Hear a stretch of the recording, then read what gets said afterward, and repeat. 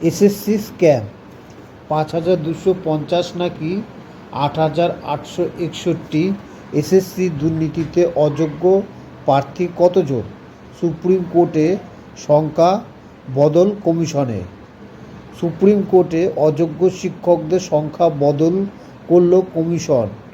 SSC নিয়োগ দুর্নীতিতে যোগ্যদের তালিকা প্রমাণসহ প্রকাশ করতে হবে স্কুল সার্ভিস কমিশনকে। গত ২২শে এপ্রিল এসএসসি কাণ্ডে ২৬,০০০ স্কুল শিক্ষকের চাকরি বাতিলের যে নির্দেশ কলকাতা হাইকোর্ট দিয়েছিল মঙ্গলবার, তার উপরে অন্তর্বর্তী স্থগিতাদেশ জারি করেছে সুপ্রিম কোর্ট।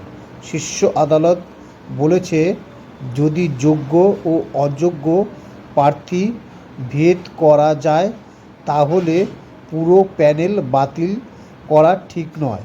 এসএসসি ইতিমধ্যে ৫,২৫০ জনের বেআইনি নিয়োগের কথা বলেছিল, কিন্তু মঙ্গলবার সুপ্রিম কোর্টে সিবিআইকে উদ্ধৃত করে এসএসসি জানায় ২০১৬ সালে বেআইনি নিয়োগ হয়েছে ৮,৮৬১টি।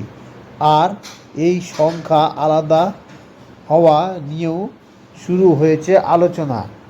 সংখ্যা তারতম্য নিয়ে প্রশ্ন। ২০১৬তে বেআইনি নিয়োগ নিয়ে এসএসসি কাছে থেকে অযোগ্যদের তালিকা চেয়ে না পেয়ে সেবারের গোটা প্যানেলই বাতিল করে দিয়েছিল কলকাতা হাইকোর্ট।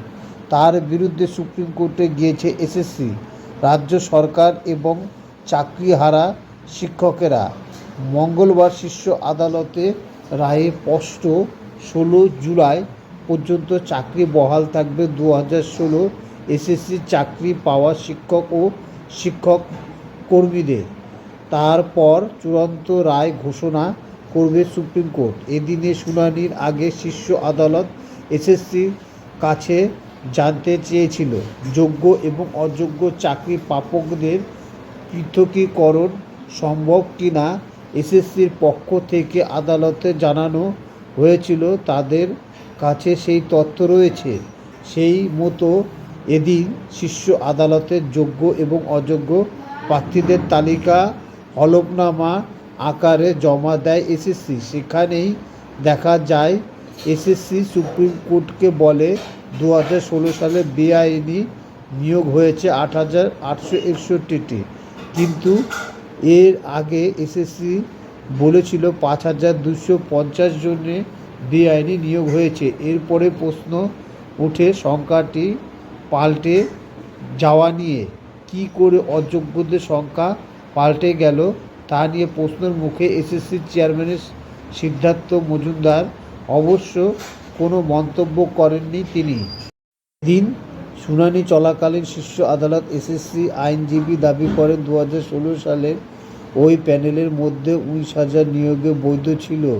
তার সপক্ষে যাবতীয় তথ্য এসএসসির হাতে রয়েছে বলে দাবি করেছে এসএসসির আইনজীবী। ফলে কয়েক হাজার অবৈধ নিয়োগের জন্য কোনো যোগ্য প্রার্থীদের চাকরি বাতিল হবে।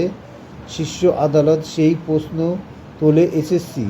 একই সঙ্গে এসএসসির পক্ষ থেকে জানিয়ে দেওয়া হয়, অযোগ্য চাকরি প্রাপকদের হয়ে কোনো সওয়াল এসএসসি আদালত করবে না। এসএসসি দাবি করেন, নাইসার থেকে পাওয়া তথ্যের উপরে ভিত্তি করে অযোগ্য চাকরি প্রাপকদের তালিকা তৈরি করা হয়েছে। মামলা পরবর্তী শুনানি ১৬ জুলাই।